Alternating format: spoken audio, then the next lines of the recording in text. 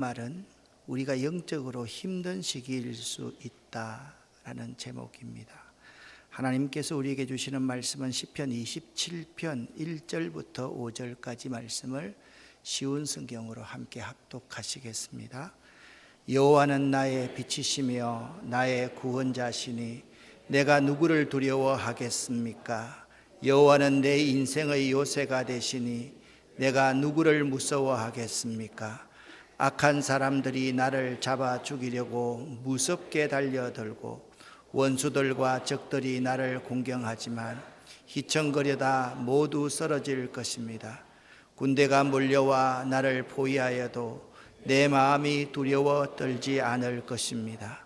나를 죽이려고 큰 군대가 전쟁을 일으켜도 내 마음은 더욱 든든할 것입니다.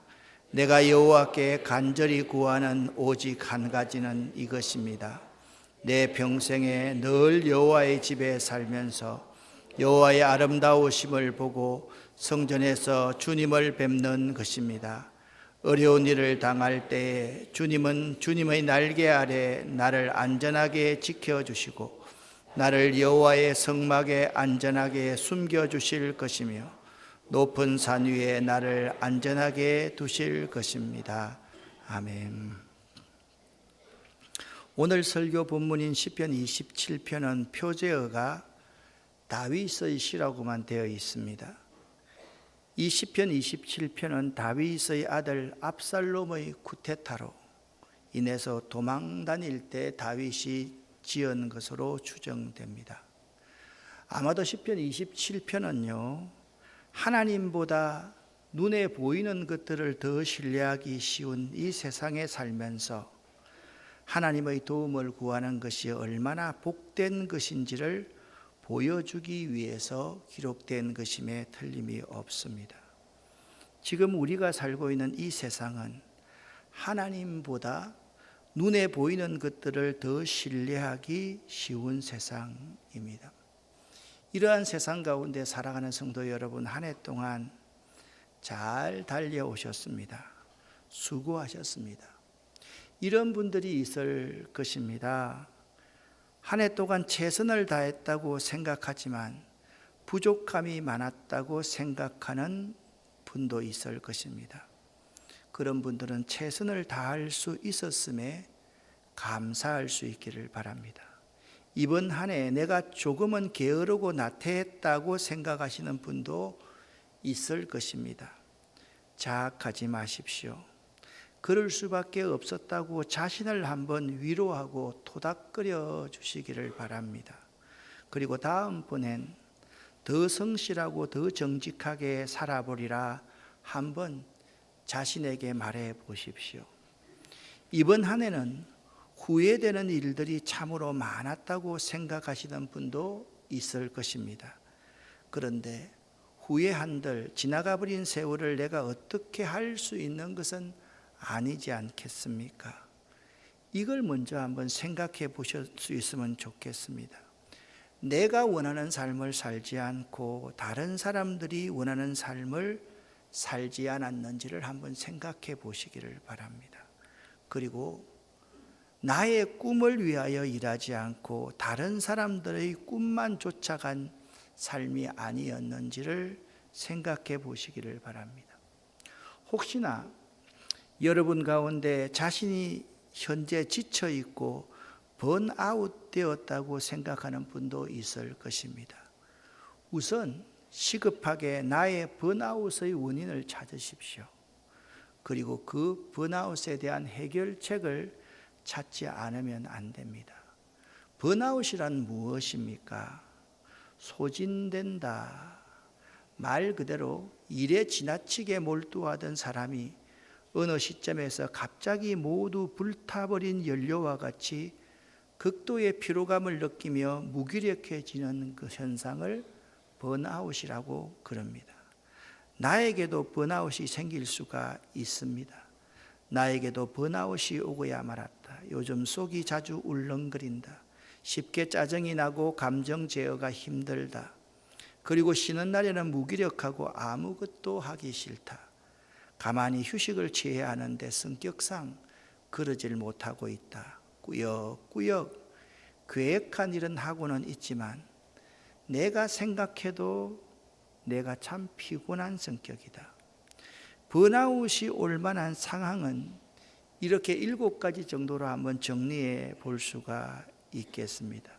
업무량이 너무 과다합니다. 통제가 불가능합니다. 내 일에 대한 보상이 미미합니다. 직장에 대한 만족감이 없습니다. 내가 현재 공정하지 못한 상황에 처해 있습니다. 자신이 하고 있는 일에 가치가 있다고 느껴지지 않습니다.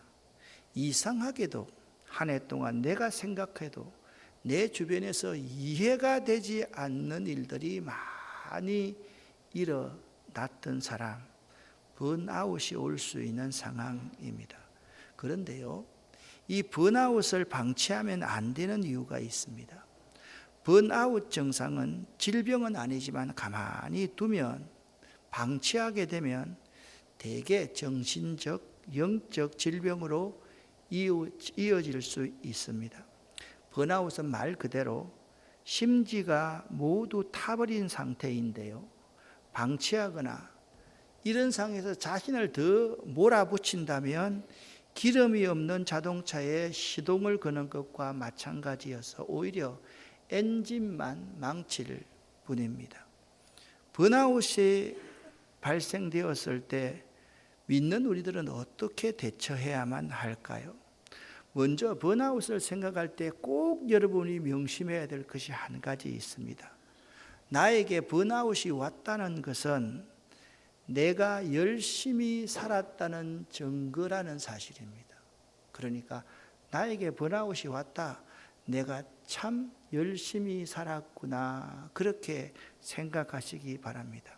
그런데 번아웃에 아무런 대책이 없이 내가 하던 사역을 그만두거나 예배를 게을리하고 싫어하거나 지도자에게 도움을 구하지 않는다면 반드시 그에게 영적 침체 현상이 온다는 사실을 알아야만 합니다. 번아웃 시에는 대책이 있어야 됩니다. 먼저 정확하게 나의 번아웃을 진단해야만 합니다. 그리고 하나님의 말씀, 이 번아웃 시기에는 설교에 집중할 수 있어야 됩니다. 왜냐하면 내가 다니면서 예배드리는 그 교회에서 주일날 주시는 메시지, 새벽에 주시는 메시지 속에 하나님께서 우리에게 주신 메시지, 주시고 싶은 마음이 분명히 있기 때문입니다.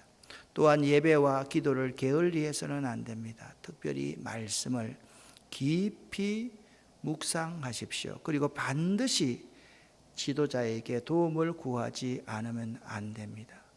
번아웃이 자신을 객관화시킬 수 있는 훈련이 필요합니다. 이것은 여행이 한 가지 방법일 수가 있습니다. 집에서 휴식을 취하기란 여간 어렵습니다. 집에서는 가족으로 인해 휴식을 방해받을 수도 있습니다. 이것을 해결하는 방법이 바로 여행입니다. 평소에 가고 싶었던 장소에 여행을 가거나 체험하려 떠나보는 것입니다. 특별히 어릴 때 아름다운 추억이 있던 그곳에 가셔서 지난 날을 한번 회상해 볼 수 있기를 바랍니다. 혼자도 좋고 사랑하는 사람과 떠나는 것은 더 좋습니다. 여행을 하면서 특히 푸른 자연과 넓고 푸른 바다를 보면서 쉼을 가지면 더 좋습니다. 자연과 가까워지기 위한 초록색과 이 파란색을 접한다는 것은 우리 마음속에 안정을 가져다 줍니다. 가벼운 운동도 하고요, 건강한 식단, 좋은 곳에 가서 음식도 한번 먹어보고요, 푹 숙면도 취하고요, 주변 사람들에게, 친구들에게 도움을 구해보는 것도 참 좋을 것입니다. 번아웃이 올 정도로 여러분이 많은 일을 했다면 아마도 여러분은 자주 실패해 본 경험이 있을 것입니다. 이 시기에 실패를 받아들이는 열린 태도를 가질 수 있어야 합니다. 여러분, 실패 없이 성공하는 적 본 적이 있습니까? 자신의 실패를 솔직하게 인정할 때 다시 믿음으로 일어설 수가 있는 것입니다. 믿는 사람들에게 거의 번아웃은 신앙적인 문제에 영향을 미칩니다. 신앙적인 문제, 이 기본이 무너지면 모든 것이 다 무너질 수 있습니다. 내 삶의 생태계가 무너질 수 있는 것입니다. 그래서 연말이 되면 평소에 너무나도 그 사실을 잘 알고 있던 내가 무엇을 알고 있다는 말입니까? 내가 봉사하는 것은 하나님의 은혜로 말미암았습니다 라는 이 사실을 너무나도 잘 알고 있는 내가 그걸 잊어버립니다. 마치 자신의 힘으로 봉사하는, 자신이 봉사의 주체인 것처럼 스스로 느껴서 괴로워할 때가 참으로 많이 있습니다. 오늘은 제가 존경하고 본받고 싶은 두 분을 여러분에게 소개하려고 합니다. 한 해를 보내고 새해를 맞이하면서 담임 목사인 제가 존경하는 두 분을 소개한다는 것은 여러분들도 이 사람들이 한번 관심을 가져보라는 말입니다. 제 설교에는 제가, 내가라는 단어가 거의 들어가지 않습니다. 평소에 말입니다. 그렇지만 오늘은 제가라는 말로 내용을 전개하려고 합니다.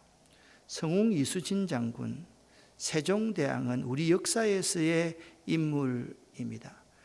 그러나 저는 제가 존경하는 인물을 항상 내가 땅을 딛고 바라보고 있는 현실에서 찾고자 노력하고 있습니다.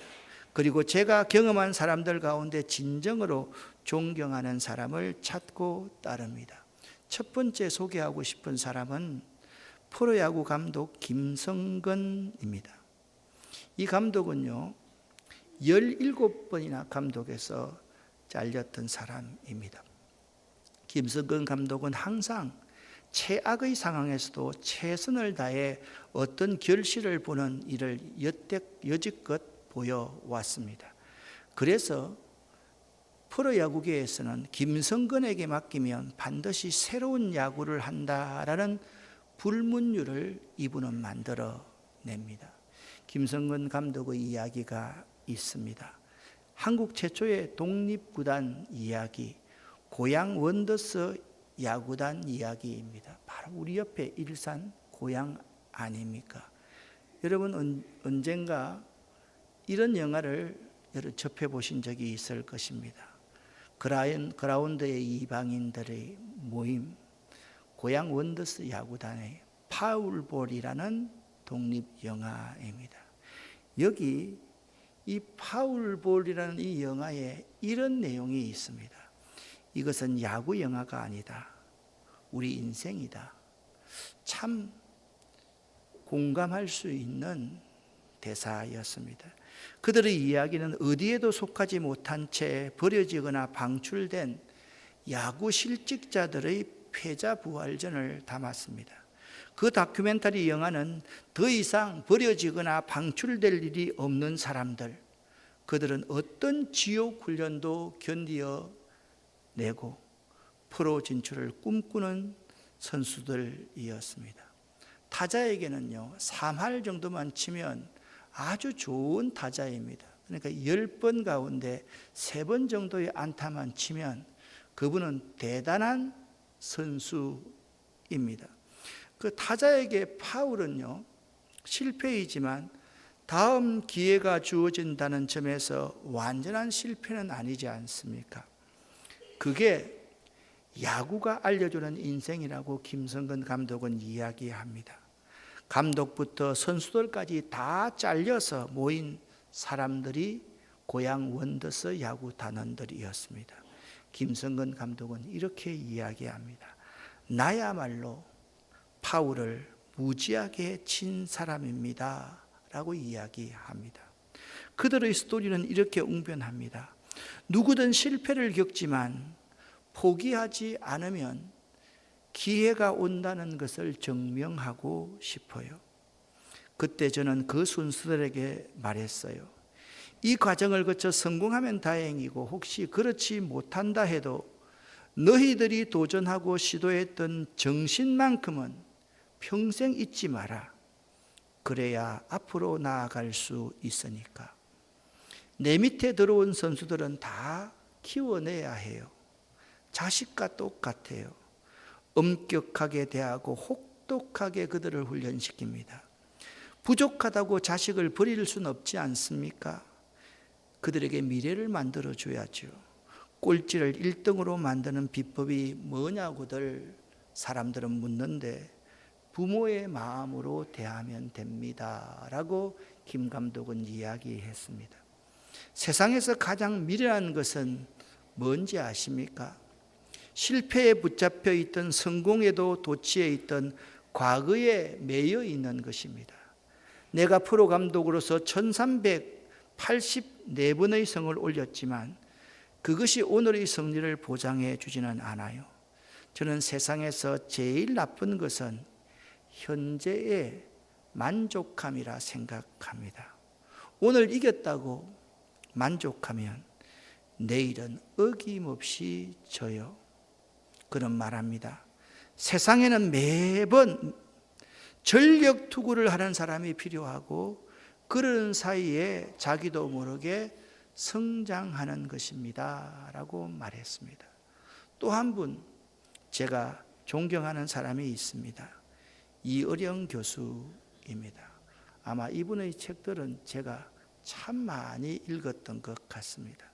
이어령 교수는 29대 문화부 장관이자 국문학자, 소설가이자 문학평론가입니다. 여기까지를 바라보는 이어령 선생의 그 마지막은 진실한 신앙인으로 살았던 분입니다. 중간에 있는 그림은 이어령 선생님이 돌아가시기 한 달 전에 찍었던 사진입니다. 그분이 코페르니쿠스적인 신앙의 핵심에 관한 쓴 책이 있는데 그 책이 지성에서 영성으로라는 책입니다. 그는 그 책에서 하나님에 대한 신앙 고백을 합니다. 여러분도 꼭 한번 사서 읽어보시기를 바랍니다. 그는 그의 책 표지에 있는 피지엔 이런 글을 적어 놓았습니다. 사랑하는 내 딸아, 너의 기도가 높은 문지방을 넘게 했다라고 그는 말합니다. 딸, 그 따님의 전도로 말미암아 진실된 그리스도, 예수 그리스도와의 인격적인 만남을 가졌던 것입니다. 이어령 교수는 이렇게 말합니다. 모든 사람은 천재로 태어났고 그 사람만이 할 수 있는 일이 있는 거야. 그런데 그 천재성을 이 세상을 살다 보면 남들이 덮어버려. 학교에 들어가면 학교 선생이 덮어버리고 직장에 나가면 직장 상사들이 덮어버려. 세상과 그들이 자기 천재를 전부 다 가리는 거야 라고 말했습니다.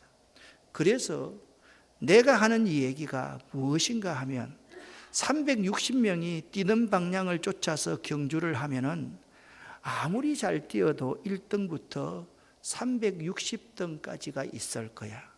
그런데 남들이 뛴다고 뛰는 것이 아니라 내가 뛰고 싶은 방향으로 각자가 뛰면 360명이 다 1등 할 수 있어.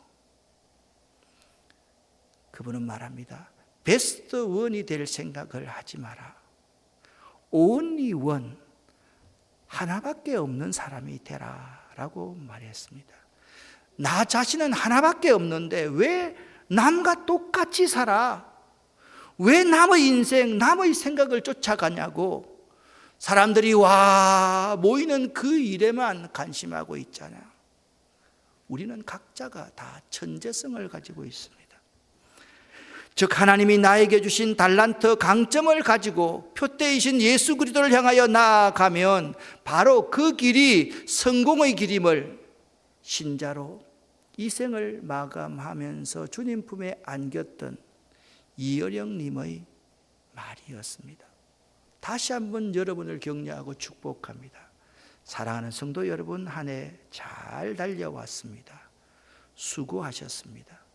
지금 이 가운데 있는 여러분 가운데 복잡한 생각에 사로잡힌 분이 이 자리에 있다면 그리고 앞으로 이 설교를 듣는 분 가운데 복잡한 생각에 사로잡힌 분이 있다면, 내가 고향 원더스 그 야구단의 한 멤버이다, 이제는 더 이상 떨어질 수 없는 그곳에 서 있다고 한번 생각해 보자. 나에게는 하나님이 주신 천재성이 있다는 사실을 다시 한번 묵상해 보기를 바랍니다. 내 강점을 가지고 내 인생을 살아가는 것이 참으로 멋진 인생이라 생각합니다. 오늘 우리에게 주신 시편 27편 1절부터 5절까지의 하나님의 말씀에서는 뭐라고 말씀하실까요?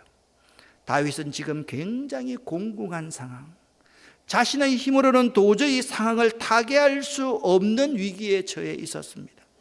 아마도 그때는 아들 압살롬의 쿠데타를 당해 아들이 아비의 목을 내놓으라고 하는 거예요.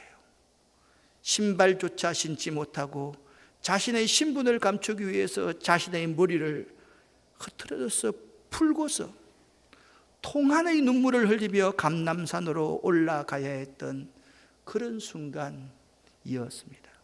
그러나 그런 순간에도 다윗은 하나님께 11절 여호와여 주의 도를 내게 가르치시고 나를 평탄한 길로 인도하소서라고 요청을 합니다. 즉 지금의 위기를 자기의 생각이나 자기의 방법으로 처리하려 하지 않고 하나님의 뜻 안에서 극복하고 싶다는 다윗의 결단을 오늘 시편 27편 11절에서 표현하고 있는 것입니다. 즉 다윗은 이 질곡의 상황이나 이 형극의 길에서 벗어나는 것 자체만을 목적으로 삼지 않고요, 바르고 신실한 삶을 살고 싶은 소원을 하나님께 아뢰고 있는 것입니다. 그래서 다윗을 믿음의 사람, 하나님의 사람, 내가 이새의 아들 다윗을 만나니 내 마음에 합한 사람이라고 말하고 있는 것입니다. 참 내가 따르고 싶은 멋진 사람이 다윗입니다. 도대체 다윗은 어째서 이런 신앙을 가질 수 있었을까요? 도대체 다윗은 어떤 상황에서 하나님을 어떤 분으로 고백한 것입니까? 1절 말씀을 여러분 잘 보시기 바랍니다. 다윗은요, 하나님을 나의 빛으로 고백하고 있고 나의 구원자임으로 고백하고 있고 내 생명의 능력으로 고백하고 있습니다. 다윗은 자기가 믿는 하나님을 칠흑같이 어두운 인생을 걸을 때는 빛으로 고백하고 있고 죽음의 골짜기와 같은 곳을 걸어갈 때는 자신을 구원하시는 분으로 묘사하고 있고 유한한 생명일지라도 보호해 주시는 하나님의 능력으로 고백하고 있는 것입니다. 사랑하는 성도 여러분, 자신에게 어려움이 왔다고 생각이 되면 그 어려움에 함몰되지 마십시오. 나에게 어려움이 와서 갈등이 있고 힘든 상황이 계속 지속된다면 내가 믿고 있는 하나님이 나에게 어떤 분이신지를 한번 깊이 생각해 보시기를 바랍니다.